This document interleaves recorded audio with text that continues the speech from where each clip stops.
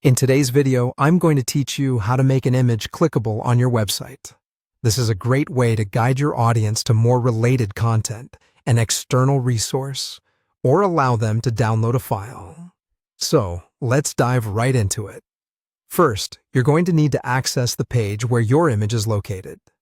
Once you've pulled up the specific page, go ahead and enter Edit mode.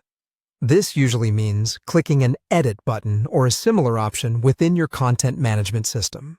Once in Edit mode, your website should display various elements, one of which is the image you want to work with. Next, let's focus on making the image clickable. To do this, click on the image itself. Generally, this action will open the edit options for that image block. You'll often see a selection of icons or options pop up. Here, you're going to want to locate the pencil icon or the link icon. Both of these should help you access the link editor. Hovering over each icon will usually display a tooltip explaining what it does, so look for these if you're uncertain. Now that you're in the link editor, you have a few options. This is where you'll decide where the image will lead. First up is the content option.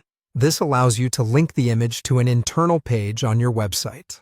It's perfect if you're guiding users to related blog posts, product pages, or any other internal resource. The second option is external. This is used when you want to add a URL that leads outside your website. It's useful for referencing external articles, resources, or partner sites. Then there's file. This might be the right pick if the image should initiate a file download, like a PDF, directly upon clicking. Another choice is email or phone.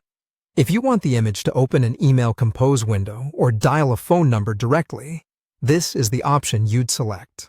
Once you've decided on the link type, it's time to enter the destination URL. In the link editor, there will be a field corresponding to the choice you've made. Carefully enter the URL, ensuring it's completely accurate. It's always a good idea to double-check this to avoid any broken links. After you've entered the correct destination, don't forget to save your changes. This step is crucial as it ensures the work you've just done is actually implemented on your page.